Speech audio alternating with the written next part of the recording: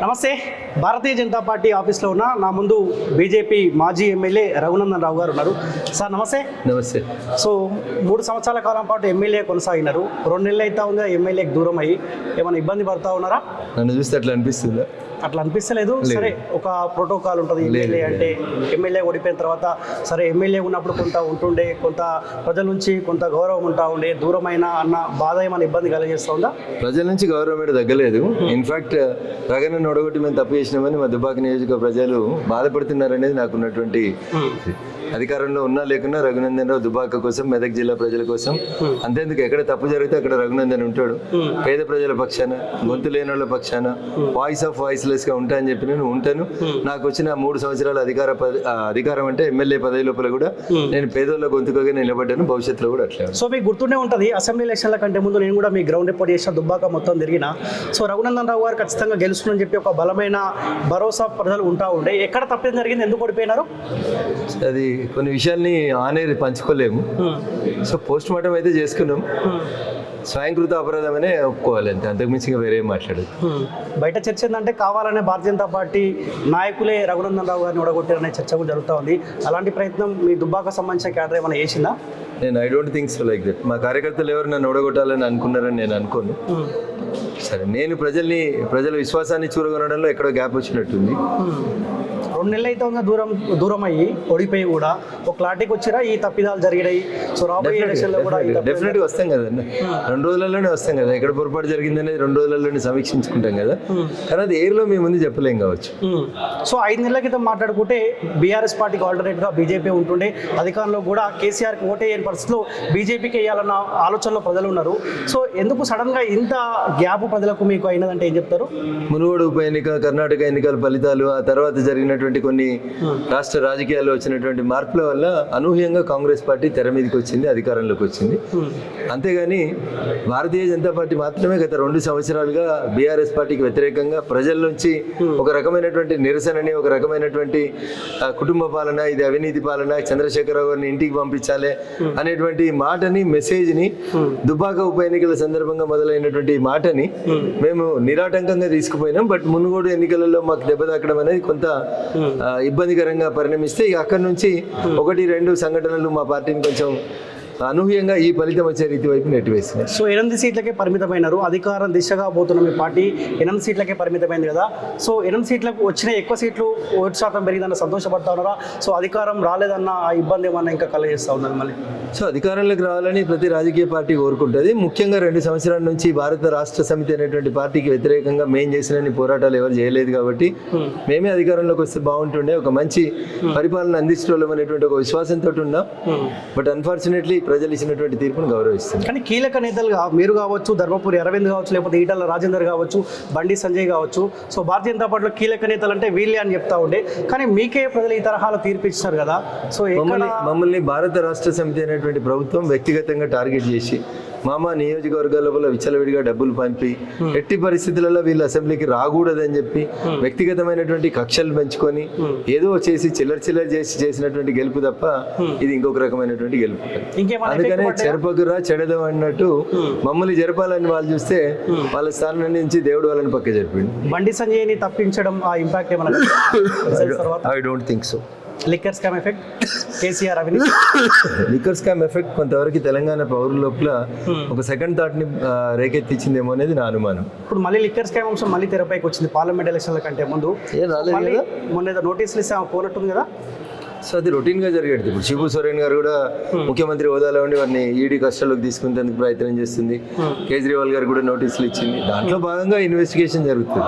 Investigation agencies చేస్తాయి. BJP లీడర్లో భారతీయ Janata party నాయకులు చేయరు. Let the investigating agencies do their duty. సరే, కాసేపు అనుకుందాం ఈ దర్యాప్తు సంస్థలో మీకు అనుసంధానంలో పనిచేయాలనుకుందాం. సో పార్లమెంట్ ఎలక్షన్ల కంటే ముందు మళ్ళీ కవితను లిక్కర్ స్కామ్ పేరుతో పిలిచి ఎంక్వైరీ చేసి మళ్ళీ అలా అదే రకాల రిటర్న్ పంపించారు అనుకో, మళ్ళీ పార్లమెంట్ ఎలక్షన్లో కూడా మీ పార్టీకి ఇబ్బంది అయ్యే అవకాశం ఉంటుంది. ఉంటుంది కదా. ఇట్లాంటి ఊహాజనితమైన ప్రశ్నలకు నేను సమాధానం చెప్పడానికి సిద్ధంగా లేను. ఎందుకంటే మీడియా ముందే ఒక పర్సెప్షన్ డెవలప్ చేయాలనేటువంటి ఒక ఆలోచనతోటి చేస్తున్నటువంటి కొన్ని కుట్రల్ని తిప్పికొట్టాల్సినటువంటి అవసరం బాధ్యత మా మీద ఉంది. కానీ అసెంబ్లీ మీరు అడగాల్సింది ఈడీ అధికారులని. ఈడీ అధికారులను అడగాల్సిన ప్రశ్న రఘునందన్ రావుని అడిగి మళ్ళీ నోటీస్ ఇస్తారా, కవితను వదిలేస్తారా, ఇదంతా ఊహాజనితమైనటువంటి ప్రశ్న. నోటీస్ ఇస్తే ఆ రోజు మాట్లాడుకుందాం, కానీ ప్రజలు వదిలేస్తే ఆ రోజు అసెంబ్లీ ఎలక్షన్ల కంటే కూడా తప్పితే మీదే కదా. ప్రజలు బలంగా నమ్మినారు, కవితని అరెస్ట్ చేయలేదంటే సో బీజేపీ బీఆర్ఎస్ రెండు కలిసిపోయినాయి కాబట్టి ప్రజలు బలంగా నమ్మిరు. సో ఈ క్లారిటీ మీరు ఆ పార్లమెంట్ ఎలక్షన్ల కంటే ముందు ఈ క్లారిటీ ప్రజలకు ఇవ్వకపోతే రాబోయే పార్లమెంట్ ఎలక్షన్లో కూడా ఇబ్బంది జరిగే అవకాశం ఉంటుంది కదా అంటారు. నేను అందుకనే చెప్తా ఉన్నా, కేటీఆర్ అంటే రోజు పొద్దులేస్తే కాలుకు బల్బం కట్టుకొని అరుస్తా ఉన్నాడు కాంగ్రెస్ బీజేపీ ఒకటే అని చెప్పి. మరి ప్రజలు దాన్ని నమ్ముతారా? కాంగ్రెస్ బీజేపీ ఎప్పుడైనా ఒకటైతే కావు కదా. అందుకని చెప్పి అర్థరహితమైనటువంటి ఆరోపణల్ని పర్కులేట్ చేయొద్దని నేను మీడియా మిత్రులకు విజ్ఞప్తి చేస్తాను. సో ఎంపీగా పోటీ చేయబోతావరా మెదక్ పార్లమెంట్ పదవిలో? పోయినసారి 2019లో పార్టీ మెదక్ పార్లమెంట్ నుంచి పోటీ చేయడానికి అవకాశం ఇచ్చింది, ఈసారి కూడా ఇస్తుందని అనుకుంటా ఉన్నాను. ఇస్తే ఖచ్చితంగా పోటీ చేస్తాను. ఏమన్నా క్లారిటీ ఉందా? మీరే పోటీలో ఉన్న అలాంటి ఆదేశాలు పార్టీ నుంచి ఏమైనా ఉందా? సో పార్టీ అధికారికంగా ఇప్పటిదాకా ఎవరికి ఏం కమ్యూనికేట్ చేసినట్టు తెలియదు. బహుశా సాధ్యమైన తొందరగా అందరికంటే ముందే మా పార్టీ ఎంపీ అభ్యర్థులను డిక్లేర్ చేస్తుందని అనుకుంటా ఉన్నాం. మాకున్నటువంటి ఫీలర్స్ కూడా అట్లే ఉన్నాయి. లిస్ట్ వచ్చిన తర్వాత అందరం వేగంగా ఫీల్ అయిపోతుంది. సో దుబ్బాక నుంచి సో బీఆర్ఎస్ పార్టీ సంబంధించి ఎమ్మెల్యే గెలిచిండు, 6 సీట్లేమో కాంగ్రెస్ పార్టీ చేతిలో ఉన్నాయి. సో ఒకవేళ సీట్ వస్తే గెలుస్తారనే నమ్మకం ఉందా? నిజామాబాద్లో కవిత పోటీ చేసి ఓడిపోయినప్పుడు 7 ఎమ్మెల్యేలు కూడా బీఆర్ఎస్ ఎమ్మెల్యేలే ఉండ్రి. ముఖ్యమంత్రి కూతురు రెండోసారి గెలిచి అధికారంలోకి వచ్చింది వాళ్ళ పార్టీ. కవిత ఓడిపోలేదా? 7 సీట్లు గెలిచి అధికారంలో ఉన్నటువంటి చోట ఇక్కడ మల్కాజ్గిరిలో కాంగ్రెస్ పార్టీ గెలవలేదా? 7 సీట్లు గెలిచి అధికారంలో ఉన్నటువంటి సికింద్రాబాద్లో కిషన్ రెడ్డి గారు గెలవలేదా? కాబట్టి ఒక ఎన్నికకి ఇంకొక ఎన్నికకి పొంతన ఉండదు. పార్లమెంట్ ఎన్నికలలో మోడీ ఈ దేశ సమగ్రత, దేశం ఎవరి చేతిలో అయితే సురక్షితంగా ఉంటుందని ప్రజలు ఆలోచిస్తూ ఉన్నారు. విఘ్నులైనటువంటి ప్రజలు మామూలుగా ఆదరిస్తారని మేము అనుకుంటాం. సో 2019లో రఘునందన్ రావుని ఎంపీగా పోటీ చేసే ప్రజలు వద్దనుకున్నారు. 2023లో మన జరిగిన అసెంబ్లీ ఎన్నికల్లో కూడా దుబ్బాక ప్రజలు వద్దనుకున్నారు. సో ఇప్పుడు కావాలనుకుంటున్నారు, మీరు ఎట్లా అనుకుంటున్నారు? మారినటువంటి పరిస్థితులు, దేశంలో మోడీ గారి పాలనని దేశ ప్రజలందరూ కూడా కాశ్మీర్ నుంచి కన్యాకుమారి దాకా కోరుకుంటా ఉన్నారు. కాబట్టి ఒక ఎన్నికకి ఇంకొక ఎన్నికకి పొంతనుండదు. నేను 100 ఎగ్జాంపుల్స్ ఇవ్వగలుగుతాను దానికి. కాబట్టి don't compare in that angle. అట్లా అనుకుంటే కామారెడ్డిలో కేసీఆర్ని వద్దనుకున్నారు మరి ప్రజలు. ఇక రావద్దు కదా మరి ఆయన అసెంబ్లీకి. గజ్వేల్కి కామారెడ్డి పక్కనే ఉంటుంది. గజ్వేల్లో గెలిపించారు, కామారెడ్డిలో ఓడగొట్టారు. మరి కామారెడ్డి ప్రజలు వద్దనుకున్నారు కాబట్టి ఆయన రాజకీయాలకి వెళ్ళిపోతాడా? సిరిసిల్లలో లేదా నెంబర్ 2 యువరాజ్ అని చెప్పుకుని ఆయన ఈ రాష్ట్రంలో అధికారంలోకి తెస్తాం 80 తెస్తాం అనుకుని ఆయన గెలవలేకపోయిండు. నిన్న అడిగే ఎంపీపీలు పోతారు, జడ్పీటీసీలు పోతారు, కౌన్సిలర్లు పోతారు అని ఇలా పేపర్లో వార్త వచ్చింది. మరి ఇప్పుడు ఆయన రిజైన్ చేస్తాడా? అందుకని don't compare one election with other election. కానీ దుబ్బాక ఎలక్షన్లో 80% రఘునందన్ రావు గెలవద్దని ఏ పగ అయితే బీఆర్ఎస్ పార్టీ పట్టిందో, సో రేపు పొద్దుగాల మీరు ఎంపీగా పోటీ చేస్తే అదే కల్వకుంట్ల కుటుంబం మీ పైన 80% రఘునందన్ రావు గెలవద్దు, గెలిస్తే ఇబ్బంది అవుతుంది అన్న ఆలోచనలో ఆ కుటుంబం మొత్తం ఉంటుంది కదా. ఇక్కడ వాళ్ళ శక్తి సరిపోదు. ఇప్పుడు పార్లమెంట్ ఎన్నికలలో నరేంద్ర మోడీ గారి శక్తి ముందు కల్వకుంట్ల కుటుంబం యొక్క శక్తి సరిపోదు. మెదక్ ప్రజలకి రఘునందన్ రావు మీద విశ్వాసం ఉంటుంది, కానీ రఘునందన్ రావు మీద పోటీకి వస్తారు అనుకునేటోడు ఓ రియాల్టరో, కలెక్టరో, భూములు అమ్ముకునేటోడు, రింగ్ రోడ్లను ఇచ్చేసేటోడు, మల్లాన సాగర్లో ముంచినోడు వస్తే వానికి ఎందుకు ఓటేస్తారన్న? వాళ్ళ కోసం కొట్లాడేటోడు నేను కాబట్టి నాకు ఓటేస్తారు. ఎవరు వస్తున్నారు రేపు ప్రత్యర్థి ఎవరు అనే దాన్ని బట్టి నేను మిగతా విషయాలు చెప్తాను. నేను మీకు ఎంత తోడు గెలుస్తామని కూడా చెప్తాను. సో అధికారానికి కల్వకుంట్ల కుటుంబం దూరమైన తర్వాత కాస్త పంచాయతీ ఉందంట. సో ఈ గ్యాప్లో కవిత బీజేపీలోకి రాబోతుందన్న చర్చ జరుగుతూ ఉంది. సరే లిక్కర్ స్కామ్ నుంచి తప్పించుకోరిక ఇంకో విషయమా ఆ కుటుంబ పంచాయతీలో బీజేపీలోకి రాబోతా ఉన్నట్టు చర్చ జరుగుతుంది. నిజంగా కవిత బీజేపీలోకి రాబోతా ఉందా? ఇదంతా నేను అదే చెప్తాను. మీడియా మిత్రులకి తెలంగాణలో కొంచెం ఎక్కువ తొందరపాటు ఎక్కువ ఉంది. అట్లా వాళ్ళ నిర్ణయాల్ని ప్రజల మీద రుద్దాలనుకుంటారు. పొద్దున్నేస్తే చిన్నేశ్వరి పంచతంత్రంలో చెప్పినట్టు ఒక బాబనాయన పొద్దున్నే ఫ్రెష్గా స్నానం చేసి మేకను తీసుకొని ఒక ఊరు నుంచి ఇంకో ఊరికి పోతుంటే అది మేక కాదు నల్ల కుక్క అని నమ్మించేందుకు ప్రయత్నం చేసినట్టు ఈ రాష్ట్రంలో వామపక్ష భావజాలము, భారతీయ జనతా పార్టీ అంటే నచ్చనోళ్ళు, లేకపోతే ఇంకేదో ఐడియాలజీకి ఉన్నటువంటి కొంతమంది జర్నలిస్ట్ మిత్రులు పొద్దుగాలైతే ఒకటే పెట్టుకొని భారతీయ జనతా పార్టీని హౌ టు కంట్రోల్ అండ్ కట్రేల్ అని చూస్తూ ఉన్నారు. కానీ అన్నిసార్లు మీరు సక్సెస్ కారనేది నేను మీకు చెప్పదలుచుకున్నటువంటి అంశం. భారతీయ జనతా పార్టీలోకి నేను వస్తాను కవిత చెప్పిందా? రాష్ట్రానికి ఏమన్నా నకలు ఉందనన్నా ఇట్లా మాట్లాడితే జర్నలిస్టులను తిట్టినావా అంటావు. ఏం చదువుకున్నావు నువ్వు? నీ క్వాలిఫికేషన్ ఏంది? కవిత బీజేపీలోకి ఎందుకు వస్తుంది? కవిత ఎవరిని కలిసింది? ఎట్లా మాట్లాడుతావు నువ్వు? అన్నం తింటున్నావు అని నేను కూడా అడగగలుగుతాను కదా. నువ్వు ఏ ప్రశ్న పడితే ఆ ప్రశ్న అడిగినప్పుడు నేను ఇట్లాంటివి అడగవచ్చు కదన్నా. నాకు సంస్కారం అడ్డం వస్తుంది. అడగలేదు. మీరు కూడా ఒప్పుకుంటారు కేటీఆర్ అన్నాడు అధికారం దూరమైన తర్వాత 32 యూట్యూబ్ ఛానల్ క్రియేట్ చేస్తే మేము గెలుస్తుండే అన్నారు. సో బీజేపీ కూడా సోషల్ మీడియా వల్లనే అసత్య ప్రచారాల వల్లనే మేము ఓడిపోయినామన్న క్లారిటీకి వచ్చిందా? ఇప్పుడు రఘునందన్ రావు సోషల్ మీడియా మీద యూట్యూబ్ ఛానళ్ళ మీద మాట్లాడలేదు. మీరు అడిగే అడగోలు ప్రశ్నల మీద మాట్లాడతాను. ఒక ప్రశ్న అడుగుతున్నప్పుడు దానికి శాంక్టిటీ ఏంది అని అడుగుతున్నాను. నీకు భారతీయ జనతా పార్టీ రాష్ట్రంలో అధికారంలోకి రావద్దని ఉంది కాబట్టి నువ్వు కవిత బీజేపీలోకి వస్తుందని రోజు పొద్దుగలైతే ఒక ఇట్లాంటి స్క్రీన్ పెట్టి దాని ముంగట నిల్చొని రేపు కవిత బీజేపీలోకి ఎల్లుండి హరీష్ రావు సంప్రదింపులు జరుపుతుండని మాట్లాడుతున్నావు. కానీ నువ్వు ఇదే ప్రశ్న పోయి హరీష్ రావును కేసీఆర్ని ఎందుకు అడగవు, లేదా రేవంత్ రెడ్డిని ఎందుకు అడగవు? మెదక్ జిల్లాలో 4 ఎమ్మెల్యేలు చెప్పులు దొరకమంటే దొరుకుంటారు, కూర్చోమంటే కూర్చుంటారు, సిట్ అంటే సిట్, స్టాండ్ అంటే స్టాండ్ అనేటోళ్ళు కవిత కోసం పోయి ముఖ్యమంత్రిని కలిసిరా, కాళేశ్వరం పోయి ముఖ్యమంత్రిని కలిసిరా అని ఎందుకు అడగవు? ఇది అడిగేందుకు రాదు. అల్కా దొరికింది భారతీయ జనతా పార్టీ, అల్కా బదనాం చేసేది భారతీయ జనతా పార్టీ. అసెంబ్లీ ఎలక్షన్ల కంటే ముందు అరే యూట్యూబ్ ఛానల్ అని కేటీఆర్ ఏదో మాట్లాడిండి నాకెందుకు అంటే కడతావు దానికి? ఆయన కొంచెం మతి సోషల్ మీడియాలో ఆయనకు మతి భ్రమించింది. ఆయన ఓడిపోయిన తర్వాత ఆయనకు మతి భ్రమించింది. ఈ మధ్య కాలంలో మీరు మాట్లాడుతూ ఉన్నారు స్క్రీన్స్ పెట్టుకొని కావాలని అసత్య ప్రచారాలు కొన్ని ఛానల్. ఇప్పుడు మీరు అడిగిన ప్రశ్నకి నేను మళ్ళీ అడుగుతున్నా మిమ్మల్ని, కవిత భారతీయ జనతా పార్టీలో చేరుతుంది, దీనికి శాంక్టిటీ ఏంది, బేసిస్ ఏంది, అసలు ఈ ప్రశ్న అడగడం వెనకాల నీకు ఉద్దేశం ఏంది అని అడిగితే ఏం సమాధానం చెప్తాం? ఏం లేదు. సోషల్ మీడియాలో ఎవరు రాసిండు సోషల్ మీడియాలో? నీ అసంటోడు రాసిండు, ఇంకోడు నేనంటే గిట్టనోడు రాసిండు, బీజేపీ అంటే గిట్టనోడు రాసిండు. వాడు బీజేపీని బదనాం చేసేందుకు, కవిత కేసులకి వెళ్ళి తప్పించుకునేందుకు బీజేపీలోకి పోతుంది. ఏమన్నా ఉందా అర్థం? పోయి కవితను అడుగు, లేకపోతే మా నడ్డా గారిని అడుగు చెప్తారు, లేదా కిషన్ రెడ్డి గారిని అడుగు చెప్తారు.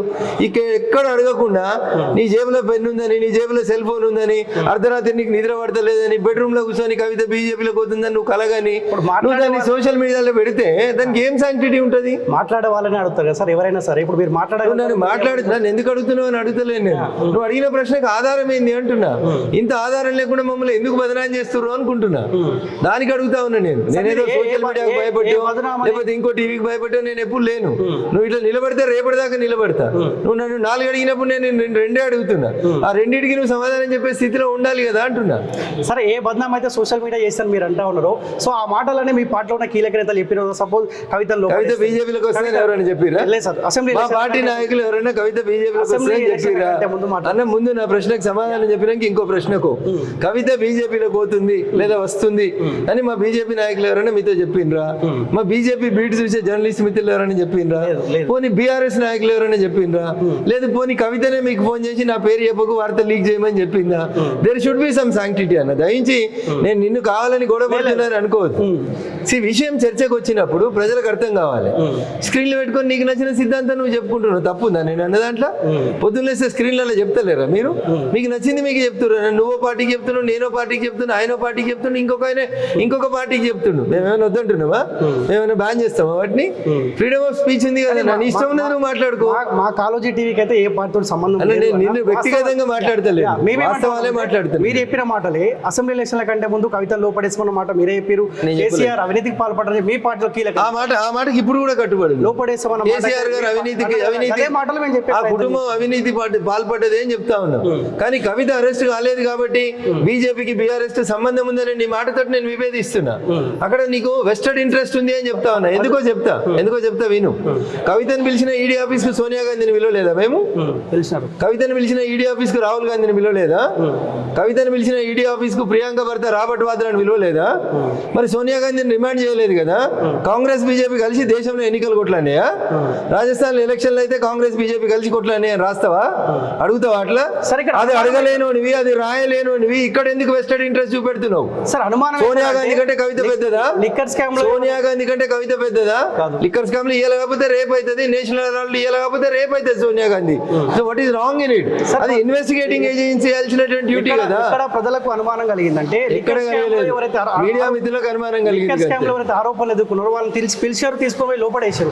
కవిత 2-3 సార్లు పిలిచారు కదా, లోపడేయలేదంటే సార్ నిజంగా వీళ్ళు కలిసిపోయినారు ఏమన్నా? My question is straight. National herald కేసులో సోనియా గాంధీ గారిని పిలిచిర్రు, లోపలేసిరా? రాహుల్ గాంధీ గారిని పిలిచిర్రు, లోపలేసిరా? ఏలే కదా. మరి అప్పుడు కాంగ్రెస్ బీజేపీ ఒకటేనా ఎందుకు చెప్పలేదు మీరు? సార్ మీరు ప్రజలకు ఎందుకు ఈ క్లారిటీ ఇవ్వలేకపోయినారు? ఇంత క్లారిటీగా చెప్తున్నా. మీరు చూపించక, ఈ వార్త చూపించక మిగతా చూపిస్తే నేనేం చేస్తా? బీజేపీ కూడా సోషల్ మీడియా నిందించింది అని నువ్వు రేపు బెట్టింగ్ పెట్టినావు అనుకో, దానికి నేనేం చేస్తా? ఏం చేయలేను కదా. నీ ఛానల్ నీ ఇష్టం, నేనేం చేయగలుగుతాను? కాంగ్రెస్ పార్టీ అధికారులకు వచ్చి 2 నెలలు కావస్తా ఉన్నది. నిజంగా ప్రజలు ఏ మార్పు అయితే కోరుకున్నారో ఆ మార్పు దిశగా కాంగ్రెస్ పార్టీ అడుగులు వేస్తున్నట్టు అనిపిస్తా ఉందా?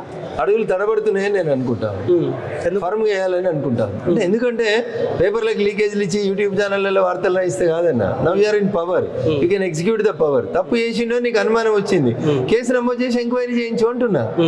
శ్మశానాలు అమ్మిరు అని చెప్పినాం, ఓఆర్ఆర్ టోల్ గేట్లో 1,00,000 కోట్లు కుంభకోణం అయింది అని చెప్పినాం. ఏం యాక్షన్ తీసుకున్నావు అన్నాడు ముఖ్యమంత్రి అయిన తర్వాత? అరవింద్ కుమార్ అరెస్ట్ చేయి, లోపల ఏమను ఎంక్వైరీ స్టార్ట్ చేపి. నీకు నాకు ఇద్దరికే కదా 1,000 కోట్ల రూపాయలకి లీగల్ నోటీస్ పంపించిండు, ఇదే అరవింద్ కుమార్ పంపించిండు కదా. మరి ఎందుకు యాక్షన్ స్టార్ట్ కాలే? కాళేశ్వరంలో 1,00,000 కోట్లు దోసుకున్నాడు అని చెప్పినాం, ఎందుకు విచారణ ఎందుకు చేస్తలేవు? ప్రతిపక్షాలు ఉన్నప్పుడు దాని మీద సిబిఐ విచారణ చేయమని చెప్పినావు. ఇలా నీ సహచర మంత్రి, నీళ్ల శాఖ మంత్రి ఓన్లీ మేడిగడ్డ మీదనే విచారణ చేయండి అని అంటున్నాడు.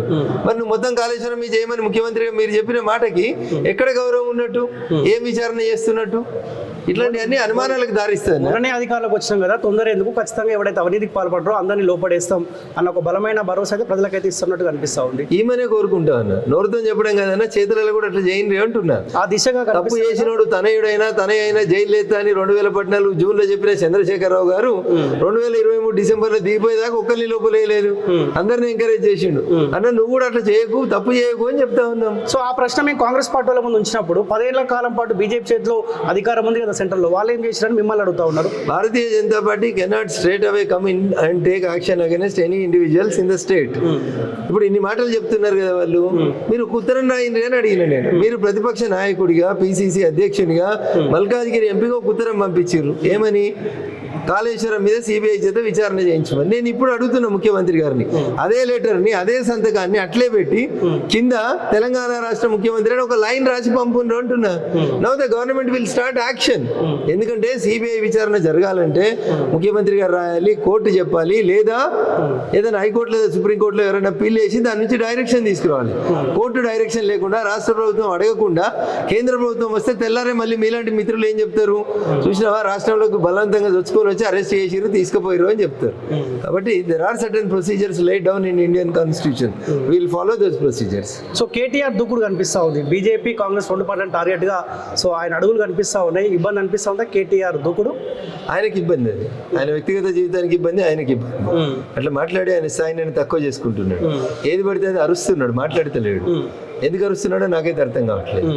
సమీక్ష చేసుకోవాలంటే నీ తప్పు ఎక్కడ జరిగింది, నీ పొరపాట్లు ఎక్కడ ఉన్నాయి, మీ పార్టీలు ఎక్కడ పొరపాటు చేసిరు, అది సమీక్షించుకోమంటే కాంగ్రెస్ బీజేపీ ఒకటి, కాంగ్రెస్ బీజేపీ ఒకటి, కాంగ్రెస్ బీజేపీ ఒకటి, వాడు పొట్టోడు వీడు పొడిగోడు ఇట్లా మాట్లాడితే ఎట్లా అన్నా?